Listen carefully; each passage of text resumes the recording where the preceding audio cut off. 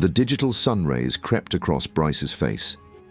He liked waking like this, with the choir of birds caroling in the background and the sound of the wind stirring up the trees. This was his day off, and he was going to enjoy it, sleeping in and dreaming of places he'd never been. The computer had detected the shift in Bryce's brainwaves and started the Sunday breakfast program.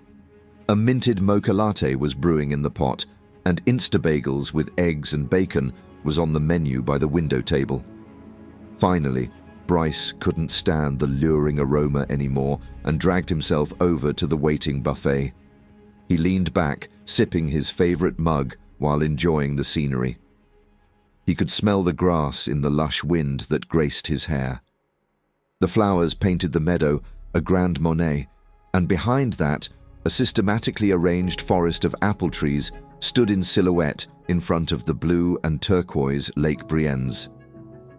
And across the crystal waters towered the high alpines of Switzerland, wherever that was.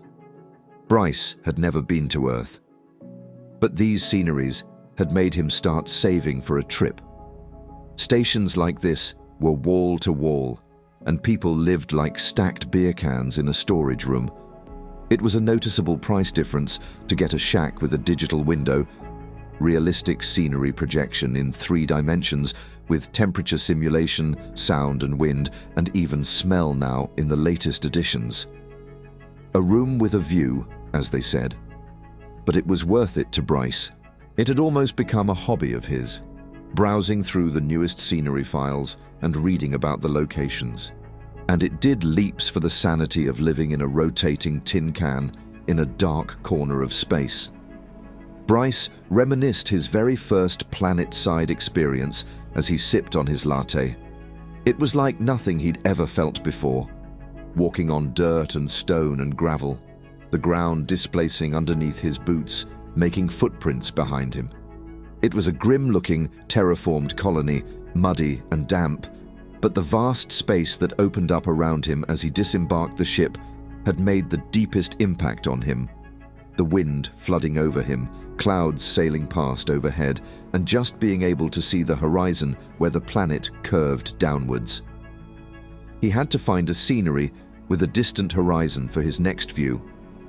But the colonies were never as beautiful as the images and videos of Earth. Not even his father had been there. Stories passed down from his grandfather and the generations before him warmed his bedside as a kid and created a sense of longing for the blue world so far away. It was a long-distance relationship. A faint tingling in Bryce's ear implant took his thoughts elsewhere and hinted that his breakfast was about to be cut short. Hey Bryce, you awake?" The voice in Bryce's head had the familiar firmness to it, but he could detect a hint of cautiousness underneath the bravado. His boss knew very well how valuable he was, seeing Bryce was the only one left on station with Type 3 welding license.